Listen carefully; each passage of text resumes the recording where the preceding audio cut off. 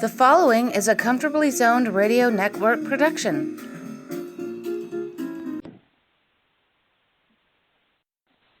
Thank you, Pally Olson. I am back.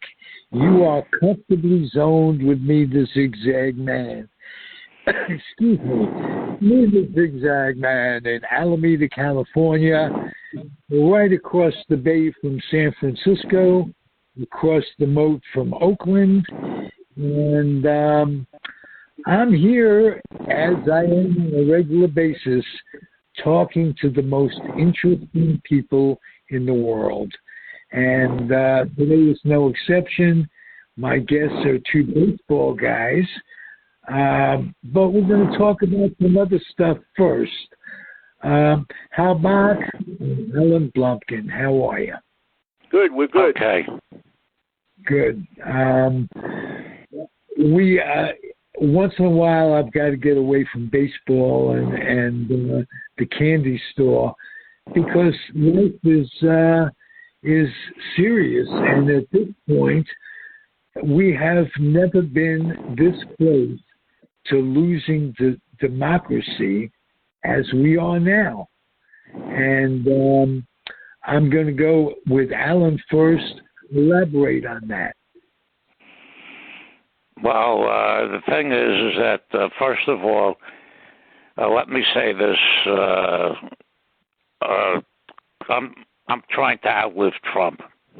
Okay. And he has been a cancer on the body politic since the moment he was elected. I told friends of mine in 2016 that the man had no bottom. And a couple of my friends quote me on that. And he and the MAGA people want nothing more to destroy everything that this country has stood for the last 250-odd years. And it's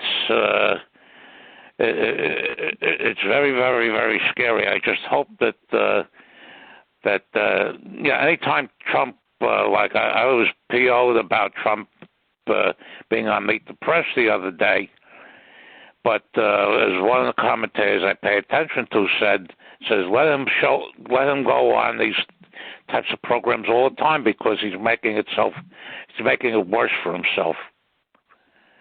So hopefully that the Georgia case, the documents case, the January 6th case, and the fraud case that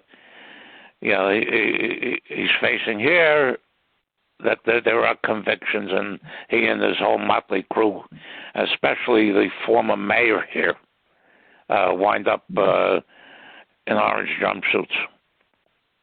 Yeah, he's a disgrace to humanity. He is. More so than Trump. I don't think Trump is as bad as his supporters and allies who stick up for him, because he's an opportunist. He's going to be what he was as a New York City landlord, ripping people off. He's a grifter. You don't change just because you get a different job. But the people that didn't recognize that and don't to this day recognize that even the election was stolen, there are still people who profess to be intelligent who go along with this. And like I said at the beginning, it puts democracy at risk. How about? Well, let me agree entirely with my friend Alan Blumpkin. It's scary to me that in America today, a man who is indicted 4 times, impeached twice, faces 91 counts of criminal behavior, can be leading the polls. I don't understand that. I don't understand how anybody can support him. And we're faced with the possibility of re-electing him, and it scares me because I know in my heart of hearts that he will attack our democracy and we'll wind up with the United States of Trump. and I don't want that. I want a democracy. I want the Constitution to be adhered to. It's worked for us for 250 years, and there's no reason to discard it now. But it is under attack. There's no question about that. And I will tell you something else. My wife is, as you may know, a retired psychologist, and she watches human behavior, particularly his. And in his family, his father went south cognitively at the same age as Donald Trump is today. And my wife thinks that she sees signs of Trump moving in that direction. For example, the other day he referred to Joe Biden leading us into World War II. Well, World War II ended in 1945, so that I learned in history. I learned that a long time ago, and stuff like that. So it scares me, frankly. It scares me for the future of our country. I know that in his first administration, he was particularly close and probably remains so with Vladimir Putin. He thought Putin was terrific. You know why? Because he admired the fact that Putin reigns as a dictator in his country. And he would love the same situation here in America. Well, we don't have that in America. We don't have dictators. We have presidents. And unfortunately, he said things during his first administration. He talked about getting out of NATO. Wait, what? Getting out of NATO? What kind of, Crazy. Stuff like that scares me. He really does. How about the way he handled the COVID thing? Thousands of people were killed. 1 million people. We lost 1 million Americans in the COVID pandemic. He should have been indicted for criminally negligent homicide. That's because they didn't drink Clorox the way he suggested. Yeah, I wanted to send them a bottle of Clorox, but I figured if I did that, that the FBI would be down on me. What kind of a clown? What kind of a clown makes a suggestion like that? Is he stupid? The hydrochloroquine. There was an episode of MASH about hydrochloroquine that's used to treat malaria. That drug he was pushing. I know. So, another thing I said when they had the Republican convention in 2020, which renominated him, I told my friends, I said the only thing that was missing was the Sieg Heil at the end. It just scares me. That's all. It scares me for our country. It scares me for my family. I repeat to my wife on a daily basis that we have to concentrate on each other, obviously, on my son and his family, and hope for the best for the rest of us, for the rest of them. But it's a scary situation. It really is, because this man is capable. This man is capable of doing almost anything, and if you give him the power, he's going to use it, and that scares me. And he's going to pardon a bunch of people and give rights to violence clear out. No mistaking it. If he pardons these people, the Proud Boys and what have you, they will take that and run to the gun shop. And it is scary. That's the you're right. I agree with you. But in many ways, we're already an armed camp. We already have people running around with guns. I often say to my wife, my wife and I don't have a gun. I got to admit to you, we don't have any guns. But I often say to her, if you want a gun, I'll go get you one, and within a couple of hours, I can have you have a gun for you, if that's what you want. So, it scares me. That's the best description I can give you. The prospect of him being reelected scares me. And will America come to its senses? I don't know. I hope so. Hey, just train her to shoot, get classes and what have you. And as adults, you don't have toddlers running around that can take the gun inadvertently. I I'm a strict proponent of no guns. But in this situation, we may have to protect ourselves on a daily basis. It's very, very scary. I'll tell you. I live on Long Island in a relatively safe, well, I have to say it's a safe area. And my wife and I go out very infrequently. We go shopping. I went shopping today. We go out to eat once in a while. I go out and get stuff and bring it home. But we're more or less, we're tethered to our home. Because, as I said to her, nobody in here is going to get COVID. There's no COVID running around in my house. So I'm protected from that. And if I go outside, you never know what's going to happen. So we stay home. We are of the same mind. It's because I don't go out because of my physical limitations. All I go out is for doctor appointments.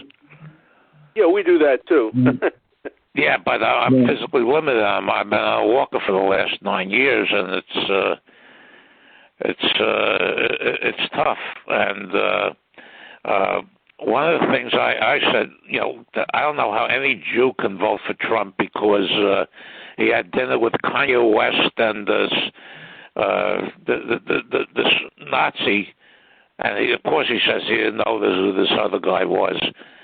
Yeah, he's anti-everything, Trump. He's insane, and I don't think that one of the things I'm starting to worry about Biden is that the age thing is going to be a big issue.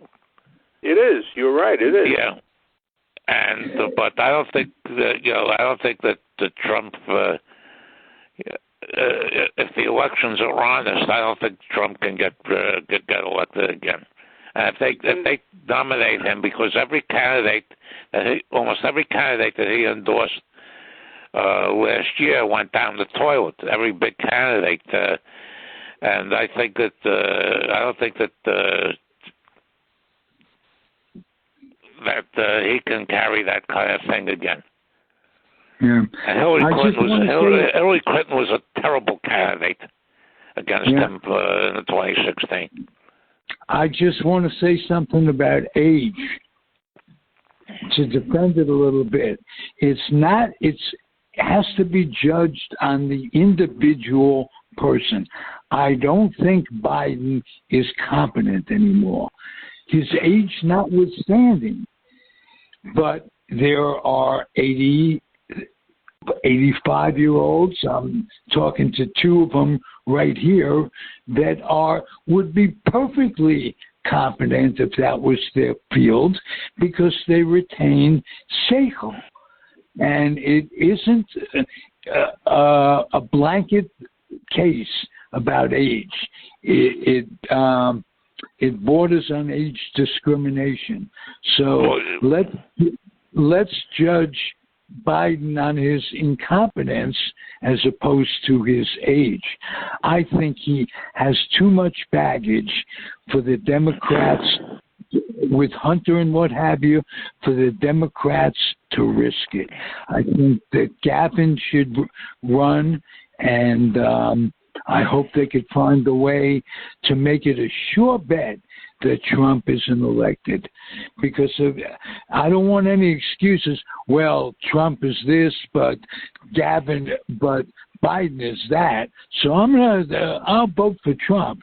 No, we got to get him out of there, and it's got to be 100% chance that he is not in there. Not that it's going to be. You know what I think?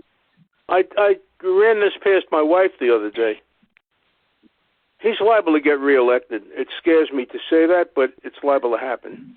But if he doesn't, God willing, he does not get reelected, I'll bet you dollars to donuts that in 2028 he'll be running again, because he doesn't go away. He doesn't give up. He doesn't go away. And he would still be seeking that second term. Well, 2028 will be 82. He don't care. What does he care? He'll be fine. Biden is 81 now. That's it's all ego and yeah. He's the ultimate narcissist. He's the ultimate narcissist. He's full of himself, and he's just not going to go away. He will not go away until God takes him away. So be prepared. And neither will his supporters and voters. These are people. What's amazing to me, every time he gets indicted, he picks up more supporters and more money. Why is that? How can you explain that to me? There's no explanation. I've thought about it for a long time. He's like a holy roller preacher.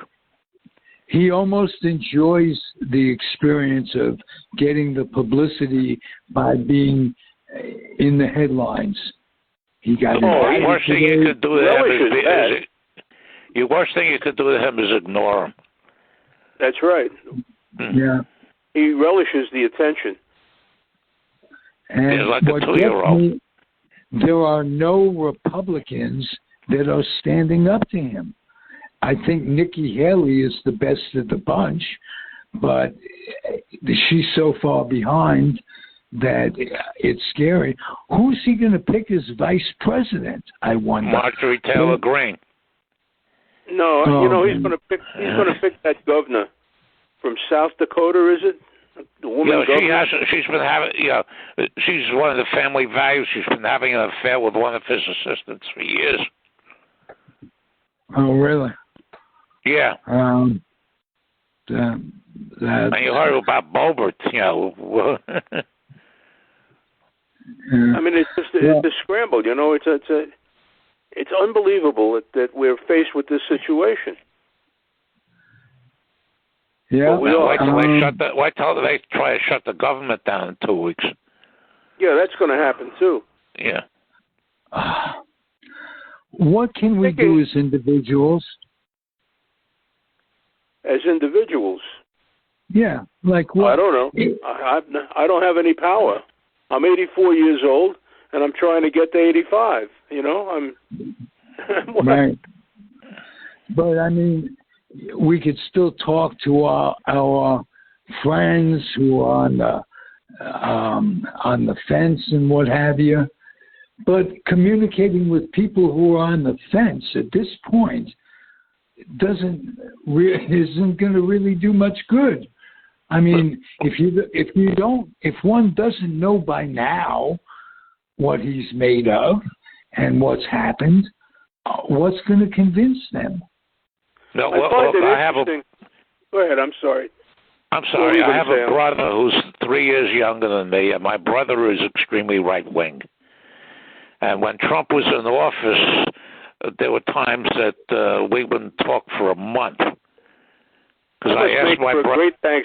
I asked my brother.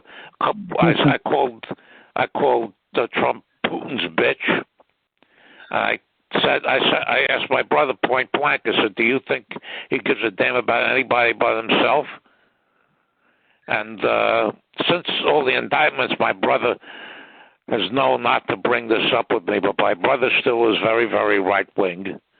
His congressman is Santos. Yeah, mine too. He's my man. Yeah. What a net. Well, I pay my taxes, but I'm not being represented. I don't have a representative. And he's not going to change. No, I know that. I know that. Several years ago, he started quoting. When I was in the hospital for 4 months in 2014, he started quoting Bill O'Reilly and Sean Hannity to me. Because I had no idea he was like that until then. But they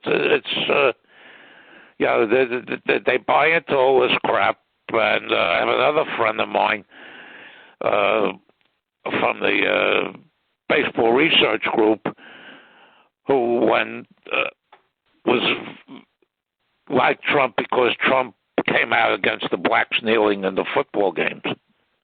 Yeah. Yeah. And I told him, I said, the reason Trump came out against that is because everything with him is personal. He tried to get in through that USFL, and they try to buy the Buffalo Bills when the original owner passed, and the NFL wouldn't let them in. That's why the NFL knew what he was. I know, yeah. So they told I have him a to book take on a the USFL by Jeff Perlman called "The $1 Football for a Buck," and it goes into what Trump buys the that New Jersey team, and it says all the other owners hated his guts. He was a clown. I mean, I know, yeah. You know, everything you can say bad, he is. He fills the profile. He's got no redeeming qualities. None. That's right. I've been saying that all the time. Well, you said it in the beginning of this conversation, and it's absolutely true. He's a grifter. Yeah. He's the ultimate. I mean, he's a bad actor. He's a bad guy. Yes, you know. Yeah, he's terrible. And he's going to be president again, right? No, he's not.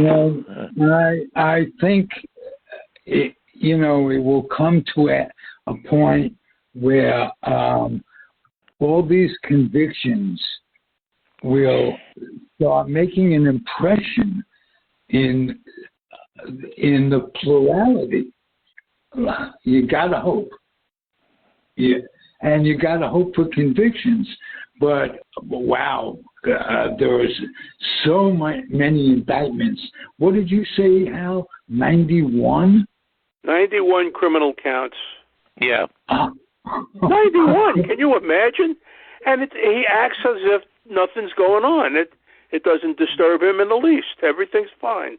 Not a worry in the world. I mean, it's crazy, isn't it? Well, the fraud trial here is starting on October 2nd.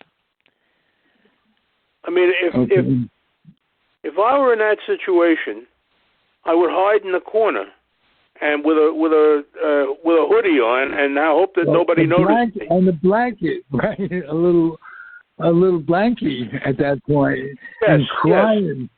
Because I wouldn't want people to notice me or to know who or what I was. Leave me alone. Go find somebody else to talk to, you know? But that's exactly the opposite of him. You know who his mentor was? Roy Cohn. Yeah, I know. Another gem. Yeah. And you know, he skipped the first Republican debate, and he's going to skip the second one. And I believe, and I could be wrong, I've been wrong before, but I believe that he's afraid to go on the stage with the other candidates because they could embarrass him, or he could say something that would embarrass him. So he just doesn't say anything. He just hides away in Detroit talking to the auto workers or whatever he's going to be doing. So that's my perspective. Okay. It wasn't good news that we're talking about, but you guys will have to admit that talking about it is cathartic. Yes, yes. Yeah, I try to limit it because the whole thing is, to me, is so disgusting that I'd rather talk about sports or movies or almost anything else other than this. Of course. Well, the problem is he's attacking our democracy.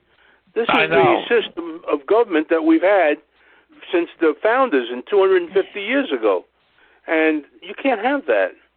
You can't have Hillary democracy. Hillary Clinton will run a halfway decent campaign and listen to Bill. This never would have happened. Well, you know why it would never have happened? If Beau Biden hadn't died when he did and took the life out of Joe Biden for a couple of years, as you could well understand, and so they had to find somebody else to run, so she ran. But he should have run in that in 2016. Biden should have been running in 2016. The age issue wouldn't have been a question, and things would have been a lot better, but they're not. So one thing that really ticked me off about her, after she lost, she writes a book blaming everybody but herself for losing. And when they released the book, there was at some Barnes and Noble in the city, and people were, she's doing a book signing, and people, from what I understand, were looped around, a couple of times, lining up to get the book signed. Well, Americans are celebrity seekers. Yeah. We used to call them in baseball, when I covered baseball, jock sniffers. They love to be with celebrities and athletes and stuff like that, and that's the reason for that. She's a celebrity, so they want to know from her.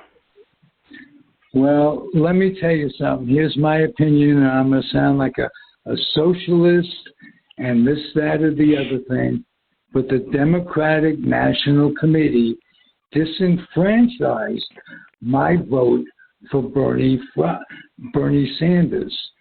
And he would not have lost to Trump. I know. Can you imagine Trump trying to pull the rhetoric that he did against Bernie? I'm this country isn't ready for a Jewish president. That's another problem, right? Yeah, but they were ready for a black president, so I disagree. I think, I'm not comparing apples to oranges or what have you, but I think Debbie Wasserman Schultz and the Democratic Committee really screwed our country. And that's just my opinion. And I'm feeling cathartic that I could say that on my podcast and feel good about having an opinion. Well, a Jewish president would bring out all the anti-Semites in this country. Of which they're already out, Alan. I know. Well, that's one of the things Trump accomplished was he brought out all the haters. He brought them all out. Yeah.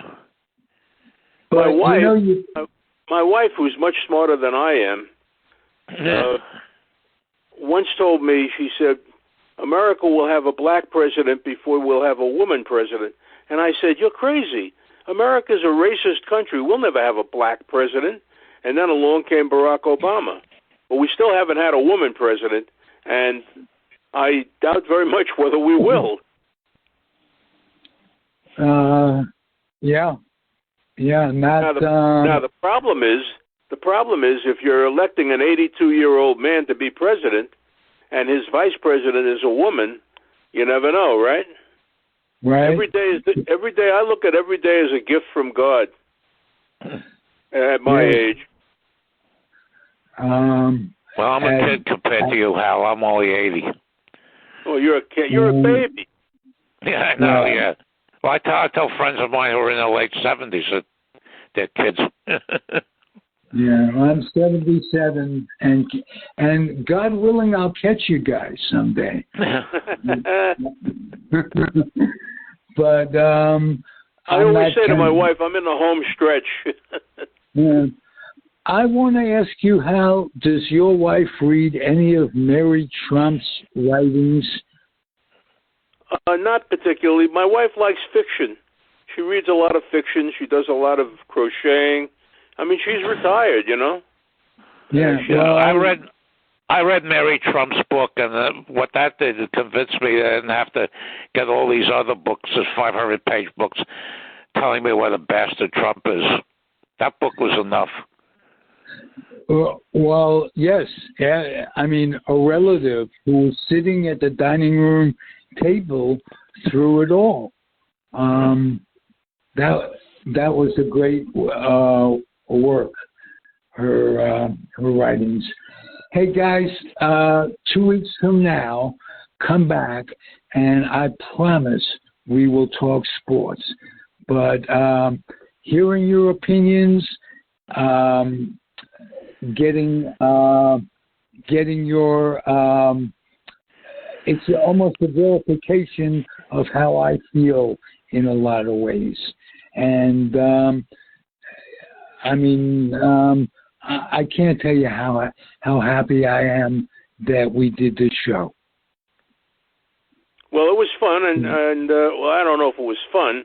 It was a catharsis experience for me. That's all I wanted. That's all I wanted.